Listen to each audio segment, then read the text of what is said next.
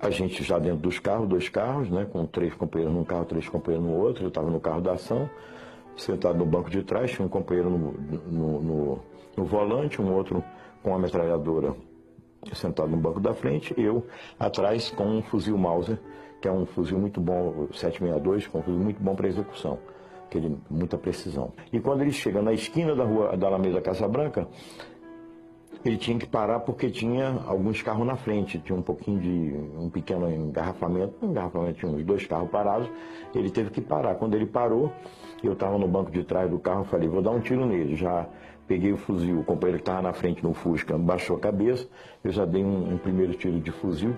Não acertei de cheio porque eu sou destro, eu atiro nessa posição. Como eu estava atrás no Fusca, eu tive que inverter, atirei assim. Então pegou de cabeça aqui no occipital dele, mas já começou a sangrar. Ele abre a porta do carro e sai do carro. Nós saímos, só o motorista que não sai, porque o motorista tem que ficar ali assegurando a fuga.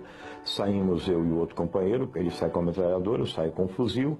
Ele saiu correndo em direção à feira. E nós fomos, o companheiro metralhando ele, e eu acertando 1, 2, 3, 4, acertei 3 tiros nas costas dele, e o companheiro com a metralhadora acertou vários. Aí de repente ele caiu, e quando ele caiu eu me aproximei, e com a última bala a gente sempre dá o chamado tiro de misericórdia, para saber que a ação realmente foi cumprida até o fim. Confirmo que recebi uma proposta do general comandante do Exército de Havana, Arnaldo Ochoa. Confirmo e tenho testemunhas disso. Ele tinha uma história muito rica de vida, ele tinha sido da coluna do Che Guevara. Ele foi, aliás, alfabetizado na coluna guerreira do Che Guevara na Serra Maestra. Um dia, exatamente, de noite, já bem tarde, já devia ser já um começo de madrugada, no quartel-general do Exército de Havana, ele me expõe. No mapa, ele me expõe um plano. Ele diz o seguinte, olha só, Clemente, se a gente pega aqui um barco, a gente sai de Cuba, a gente faz isso aqui, a gente consegue chegar na embocadura do Rio Amazonas sem ser detectado por ninguém, porque eu conheço os caminhos, eu já estive na Venezuela, você sabe disso, eu tenho como fazer isso. Esse barco, ele pode vir cheio com 100 combatentes cubanos, 100, uma centena, combatentes cubanos, armados até os dentes, sob o seu comando e o meu comando. Argel, Cuba, treinamento militar, 1 ano e meio.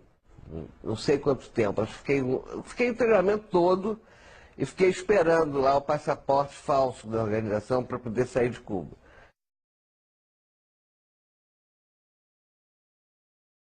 Alguma ação contra alguma autoridade militar? Chegamos a planejar, participei do planejamento, e chegamos inclusive a realizá-las.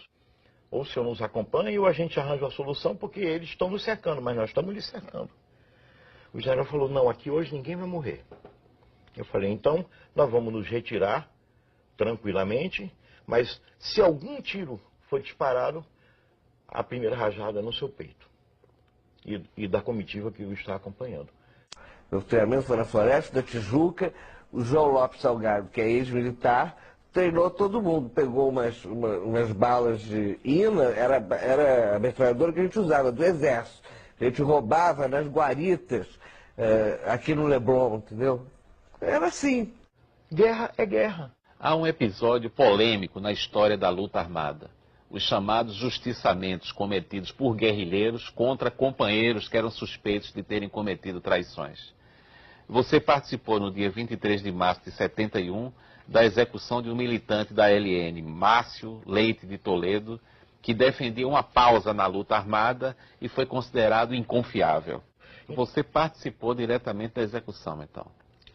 Essa é uma informação que até hoje eu não dei. Essa é a informação que até hoje eu não dei. Porque você está perguntando, né? E na verdade verdadeira, eu acho que eu também não dei, porque também até hoje ninguém teve essa atitude de chegar e me perguntar diretamente. Participei sim da ação. A tiros, numa rua, no jardim, daqueles jardins lá de São Paulo, como você disse, no dia 23 de março de 1971. Foi um comando de 4 companheiros que participou, não fui eu sozinho. Os outros 6 estão mortos. Quando eu saí, eu não resisti. Eu disse para Miriam, se acontecer alguma coisa com algum de nós, eu volto aqui e te mato. Você nos denunciou. Aí ela ficou assim, não, Vera não, Ângela, né?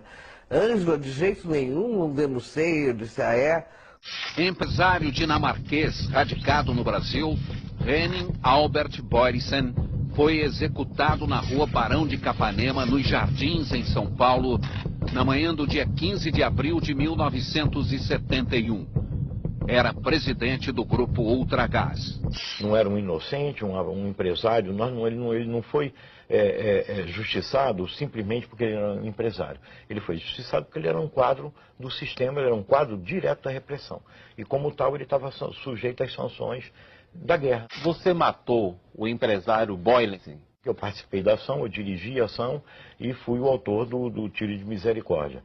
E pegou o dinheiro todo, o cara morava na Nacional Copacabana, a gente pegou dólar, ele tinha dólar que não era normal, escondido, joias e quadros, peças de arte, quadros de arte, a gente levou tudo.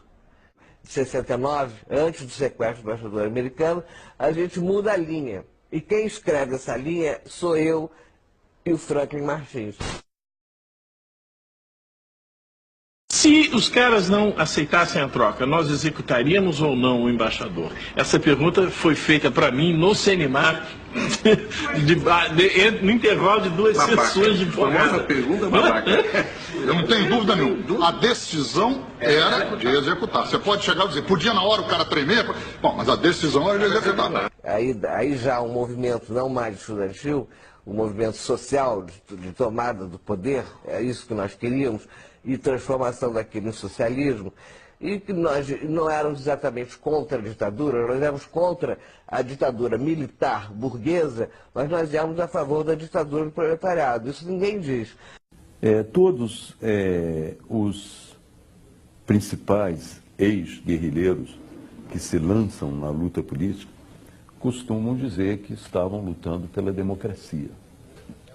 Eu não tenho condições de dizer isso. O programa político que nos movia naquele momento era voltado para uma ditadura do proletariado. Então você não pode voltar atrás, corrigir o seu passado e dizer, olha, naquele momento eu estava lutando pela democracia. A luta armada naquele período não estava visando a democracia. O caso de Cuba, por exemplo, o presidente da República comparou os presos políticos cubanos a delinquentes comuns de São Paulo, que é um equívoco. Cuba é uma ditadura, os presos políticos de Cuba estão resistindo com dignidade e mereciam um respeito do Brasil que o presidente não expressou. Eu não tenho nenhum sentimentalismo a respeito do passado nem a respeito de Cuba. Essa aura romântica que envolve a Revolução Cubana, para mim, já se dissipou. Hoje, eu continuo sendo um socialista, portanto de esquerda, né? Mas sou uma pessoa que acredita que a democracia é uma questão essencial, coisa que nós, na época da esquerda leninista, etc., né, nós não considerávamos. Nós achávamos... A democracia como sistema ideal? Não, nós éramos pela ditadura. Do proletariado? Do proletariado. Nós éramos contra a ditadura militar, mas éramos a favor da ditadura do proletariado.